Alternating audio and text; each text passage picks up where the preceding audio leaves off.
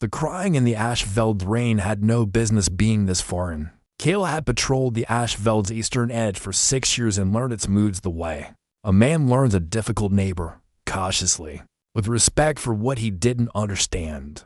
The forest had its sounds.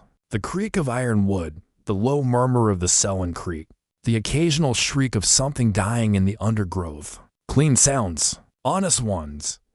This was none of those. It came from somewhere between the trees ahead, a low, broken sound that climbed and fell without rhythm. Not the wail of a child, though it wore that shape the way a coat can be worn by something that has no business wearing clothes. It pressed against the inside of his skull, and before Kale had consciously decided anything, his boots were already moving through the mud. Stop. The word formed clearly in his mind. His body ignored it. The lantern swung at his hip, throwing orange arcs across the wet bark. Shadows lunged and retreated. The rain fell in cold curtains through the canopy above, and still the sound pulled him forward. Not like a hand gripping his collar, but like a memory. Like the particular ache of something you'd lost before you knew you had it. He'd heard stories. Every man who wore a forest post long enough collected them. Old Mariat at the garrison had spoken of the Vaskari, mourners who had no grief of their own, and so borrowed yours. Drew you in with a sorrow that fit you perfectly. Custom cut and waiting. Kel's hand found the hilt at his belt. Not that iron did much against old things, but the gesture steadied him. The crying grew closer, clearer, and worse. It was starting to sound like his daughter's voice. Len had been dead for winters. He knew that. He carried it the way you carry a stone in your boot, always. Whatever was ahead knew it too. He didn't stop walking. Slate and Amber crying stopped the moment he saw it, not gradually, just gone. Like a candle pinched out, and the silence that replaced it felt almost louder than the storm. Kale stood at the edge of a small clearing where an ancient oak had come down, tearing a wound in the canopy above. Rain poured through the gap in silver sheets. Beneath the trunk, barely visible in the lantern light, something moved. He stepped closer, crouched, held the light forward. Slate gray scales, dark as wet shale, covered a body no larger than a hunting dog. One wing was spread awkwardly beneath the oak's weight, the membrane torn into places, the bones at an angle that made Kel's jaw tighten. The other leg was bent wrong at the knee joint. Shallow, rapid breaths lifted the creature's ribs in quick, uneven bursts. Even from a foot away, he could feel the heat radiating off it, feverish, unnatural, a warmth that had no right existing in the cold rain of a storm like this. A dragonling, young enough that its horns were still nubs, old enough to be furious about its situation. The amber eyes found him.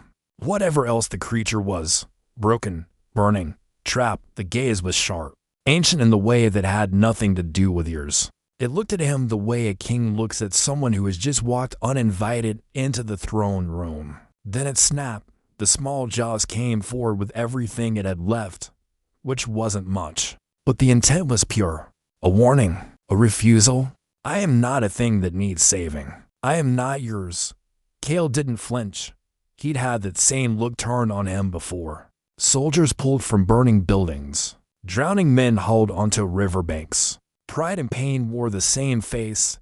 In the end, he set the lantern down in the mud, pulled his riding cloak from his shoulders. "All right," he said quietly, to the amber eyes. "All right, I heard you." He reached forward anyway. What the protocols never covered handbook existed. Kale had read it. 3rd Garrison Field Manual, Volume 2, Section 1 for encounter protocols for feral or wounded draconic fauna. He could have quoted it in his sleep. Maintain distance of no less than 30 feet. Do not attempt contact or restraint. Mark the location. Return to post. Dispatch a runner to the Hethril Specialist Corps. Average response time, 2 days in favorable conditions. He looked at the Dragonling. The Dragonling looked at him. The amber eyes had gone slightly glassy with fever, but hadn't lost their edge. Still watching, still measuring, still refusing to be pitied even while its breathing came in shallow. What pulls that Kale recognized as the sound of something running out of time. To days. He did the quiet arithmetic of it. The fever alone could finish the job by morning. The broken leg would keep it pinned, which meant it couldn't hunt, couldn't drink, couldn't drag itself to shelter. The torn wing membrane was already darkening at the edges in a way that suggested infection was ahead of schedule. And the rain wasn't stopping. 2 days.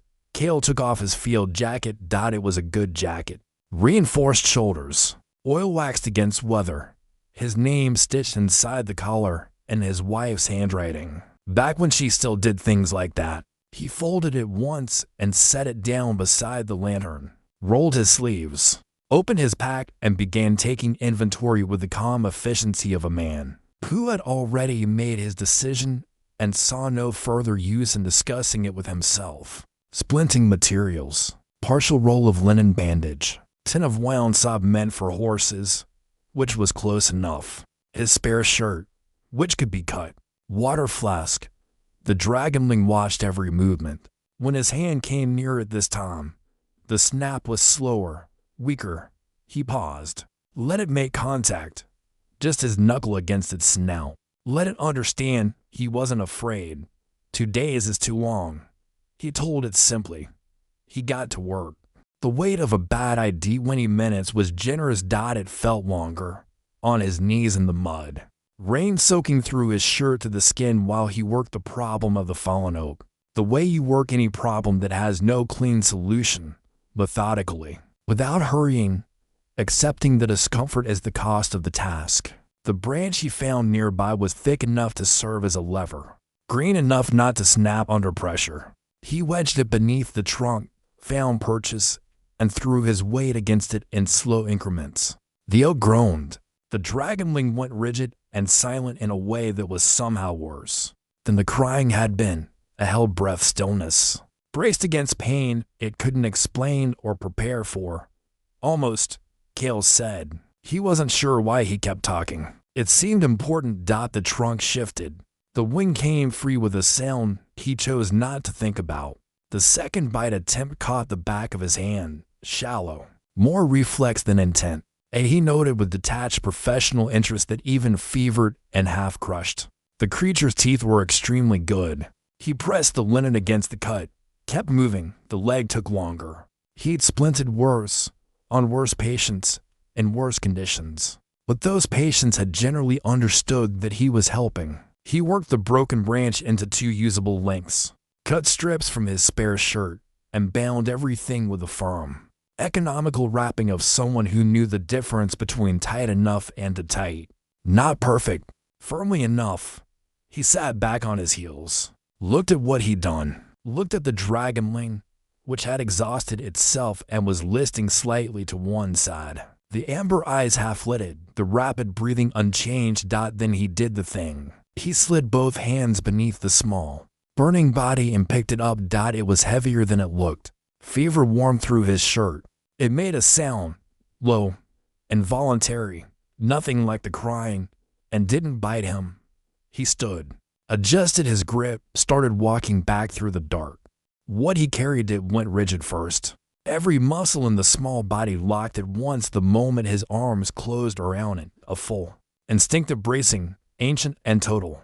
The response of a creature that had never in its life been held by anything that wasn't trying to kill it. Cale felt it through his chest, where the Dragonling pressed against him. Felt the trembling beneath the scales, fast and fine as a plucked wire. He didn't tighten his grip, didn't speak, just walked. The trembling continued for a while. Then, in the way that exhaustion eventually defeats even the most principled resistance, the small body began to yield. Not trust, nothing that generous, just the surrender of a creature that had spent everything it had, and had nothing left to spend on fear. The rigid line softened, the weight shifted, settled, redistributed itself against him with a heaviness that surprised him all over again. Because it wasn't just muscle, though there was plenty of that packed beneath the slate scales and dense, efficient cords. It was something else. Something Cale couldn't name medically or practically, but felt the way.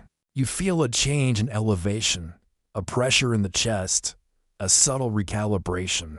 Like carrying something that had been old before his grandfather's grandfather drew breath. like holding, briefly, a piece of time that had chosen to be inconveniently small and broken in the Ashveld forest. On a stormy night, he turned toward camp.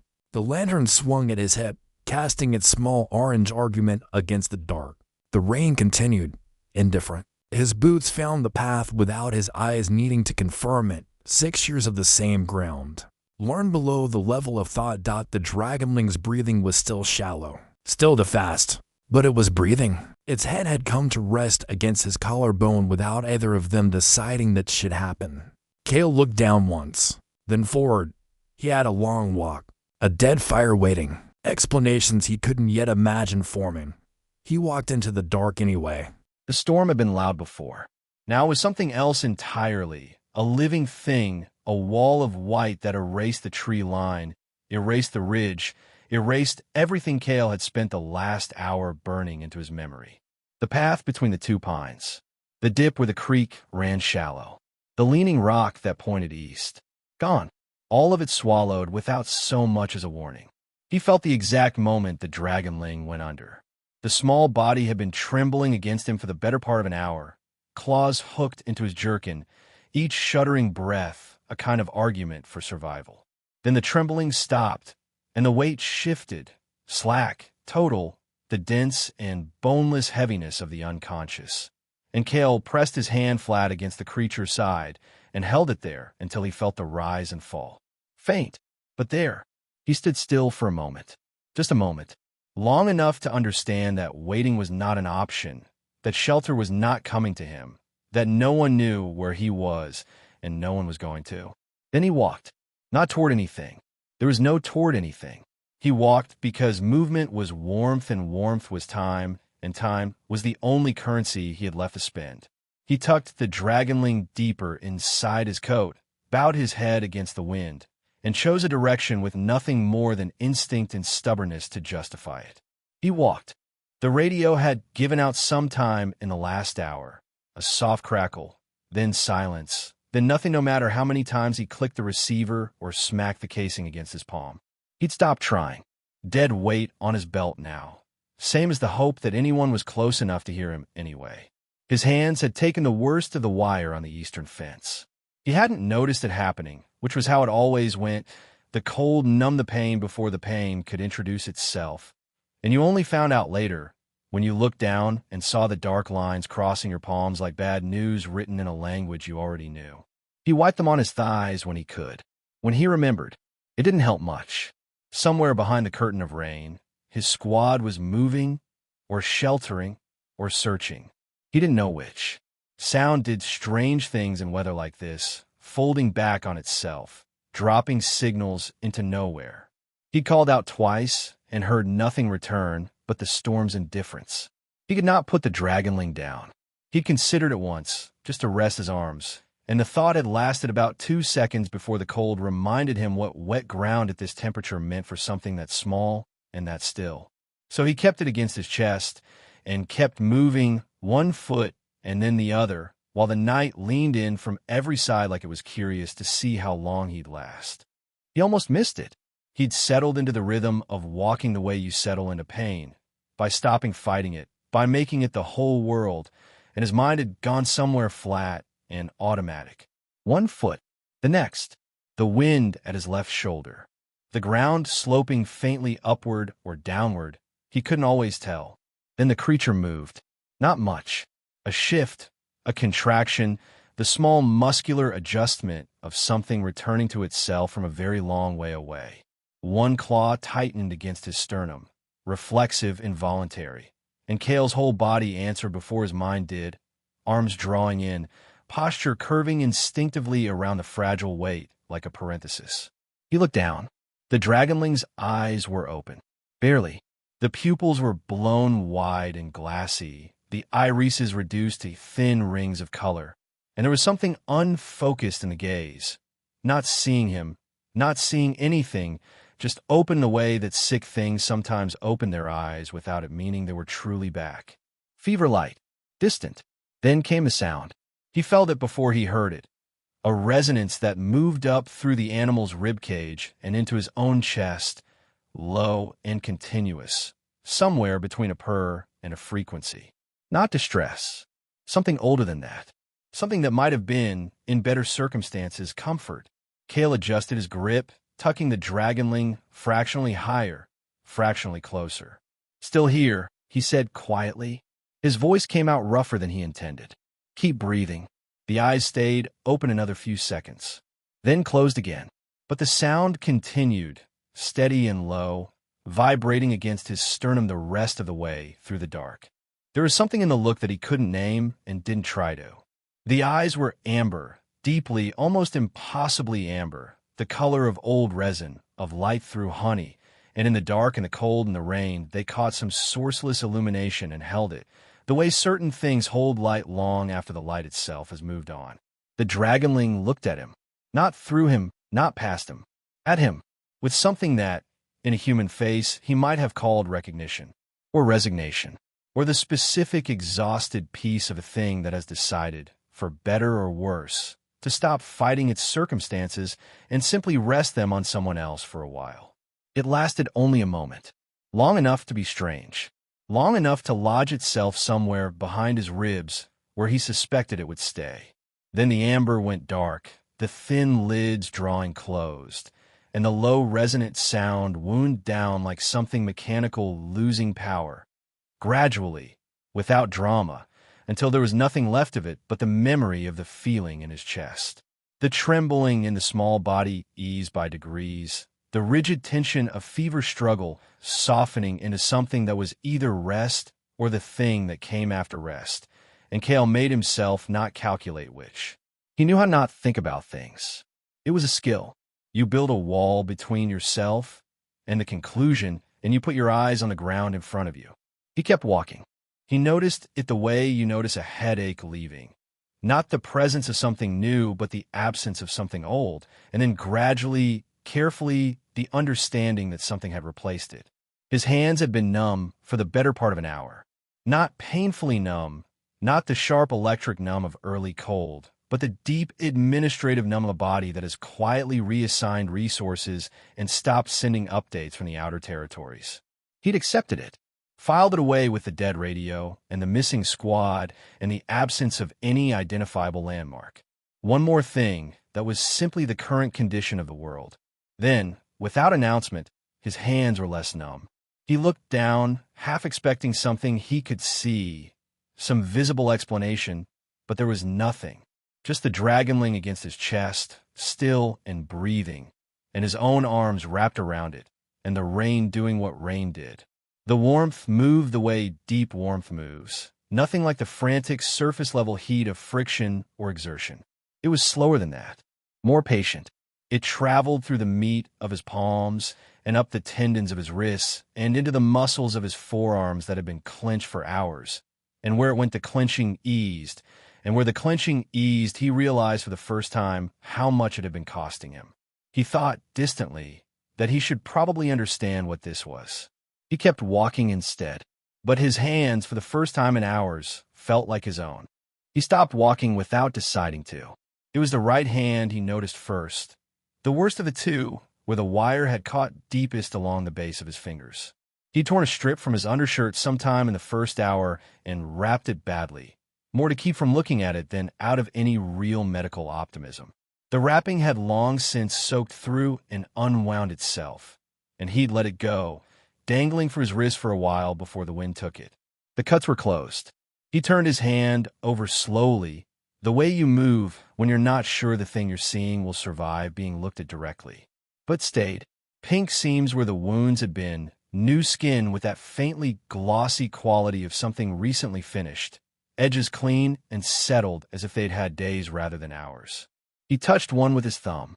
No give, no estine, just a faint texture of scar tissue that hadn't yet decided if it was staying. He looked at his left hand. Same. For a long moment he stood in the rain and the dark and simply looked at his own palms like a man reading something written in a language he almost recognized. The arithmetic of it was not complicated. The warmth, the timing, the creature sleeping against his chest with its internal temperature doing things temperatures were not supposed to do. He looked at the Dragonling. It slept with the absolute conviction of the deeply, safely unconscious.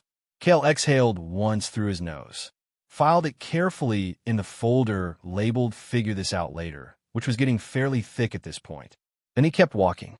It took him a moment to understand what was different. His mind had been running on a kind of reduced power, processing only the essential inputs: ground, wind, the weight against his chest, the next step. And when the rain stopped, it didn't register as an event so much as an absence that the world hadn't filled in yet. Then the silence settled, and he heard himself breathing. The forest came back in degrees. First the smell, pine, cold water, the deep mineral exhale of saturated earth, and beneath it something else, something he had no clean word for. Ancient was the closest he could get, and even that wasn't right. It was the smell of energy recently spent, of air that had been rearranged at a fundamental level and hadn't quite returned to its original order. Like the forest itself had been briefly, carefully rewritten. The firelight came through the trees in pieces, orange fragments between black trunks, pulsing with the lazy confidence of a fire that had been tended, that had not given up. He fixed on it without drama, adjusted his direction by a few degrees, and walked toward it. It was only then, with the destination real and close, that he took stock of himself and noticed. He was not cold. He stood with that fact for several steps, turning it over. Try to locate the moment it had changed, the way you try to locate the moment you fell asleep. There was nothing defined. No transition. Just 3 hours of cold, and then, seamlessly, this warmth that had apparently been building so gradually it had forgotten to announce itself. He looked down at the Dragonling. It was still sleeping, but its color, even in the dark, looked better than it had any right to. She'd been on last watch for 40 minutes and was already composing her formal complaints about it in her head when the Treeline moved. Not the wind moving she'd been cataloging all night. The constant peripheral suggestion of motion that the dark and the rain and 3 hours of exhausted vigilance had been manufacturing at regular intervals. This was different. This was weight. Intention. The specific displacement of undergrowth by something that knew where it was going. She was on her feet with her hand on her sidearm before the figure resolved itself into a shape she recognized. She would describe it later, to Dominguez, to the medic, to anyone who stood still long enough, and every time she described it, she started in the same place, which was not where people expected her to start. She'd seen the dragon second. The sergeant had come out of the trees and into the firelight, and her eyes had gone to his face the way eyes go to faces, automatic and prior to thought. And for just a moment, a fraction, a blink, less than either, the firelight had caught his eyes at an angle that didn't make sense. A reflective quality, a luminance that came from behind the iris rather than in front of it, the way a dog's eyes caught headlights, the way predator eyes worked in the dark. Then he'd taken another step, and it was gone, and it was just the sergeant, worn down to the bone, with something small and impossible tucked against his chest. But she'd seen it. She was certain she'd seen it. She just never figured out what to do with that certainty. So mostly she kept it to herself and watched him a little more carefully than she watched the others, and said nothing, and waited to see what else the dark had given back along with him. The silence had a texture to it. Not the comfortable silence of a squad that had run out of things to say, but the taut, loaded silence of people who had simultaneously noticed something and were waiting for someone else to name it first. They'd all seen the Dragonling by then. Dominguez had made a sound when Kale came into the firelight, something short and involuntary that he'd immediately swallowed, and Private Asha had not holstered her sidearm so much as slowly, carefully, forgotten to draw it. The medic had taken 2 steps forward and then stopped, caught between professional instinct and the complete absence of any protocol that covered this. They stared at the creature, then at Kale, then back at the creature. It was Breck who broke first. Breck, who had been in country longer than anyone and had developed a flatness of effect that the younger soldiers mistook for courage and the older ones recognized as something more expensive than that. Kale. His voice was a managed thing. Careful. Your hands. Everyone looked at the hands. Kale looked at them too, as if he'd half forgotten they were there. He turned them over slowly in the firelight, palms up, the new pink skin catching the orange glow with that faint gloss that shouldn't have been there. The wounds that Asha had heard about secondhand, and that Dominguez had watched him wrap 3 hours ago with a strip of undershirt. Closed. Healed. Done. I know, Kale said. He didn't offer more than that. Just stood with his hands turned up in the firelight for a moment longer, something unreadable moving behind his eyes, and then turned them back down and adjusted his grip on the sleeping Dragonling as if the conversation had reached its natural conclusion. Nobody disagreed. It woke without drama. One moment still, the next simply open-eyed, the amber irises clear in a way they hadn't been in the forest.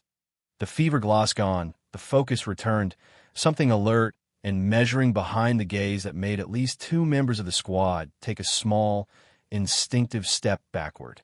It looked at Breck first, then Dominguez, then the medic, who had the particular misfortune of being in the middle of leaning forward for a better look, and found himself suddenly, uncomfortably, the subject of a scrutiny that felt far more deliberate than an animal should.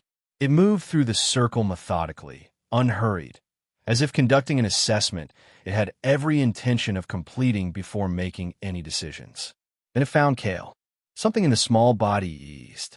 Not the easing of exhaustion or defeat, but the easing of a thing that has located the fixed point it was navigating toward and can now, finally, stop navigating. The amber eyes held his for a moment with that same strange quality Kale remembered from the forest, direct, specific, unreasonably legible. Then it made the sound, once low, resonant, the vibration moving through the air around the fire like a note played in a register just below comfortable hearing. Then it curled beside the fire and slept with the complete and sovereign ease of something that has decided where it lives. The squad watched it for a long moment. It was Breck who spoke, his voice quiet and not unkind, carrying the weight of a practical man, delivering a practical truth. Central Command will take it. Kale didn't look up from the fire. No, he said. They won't. 2 words. No heat in them. No argument. No invitation to discuss. Just a statement of the way things were going to be, delivered with the same flat certainty that Breck himself used when there was nothing left to negotiate. The squad recognized the register. They'd heard it before from both.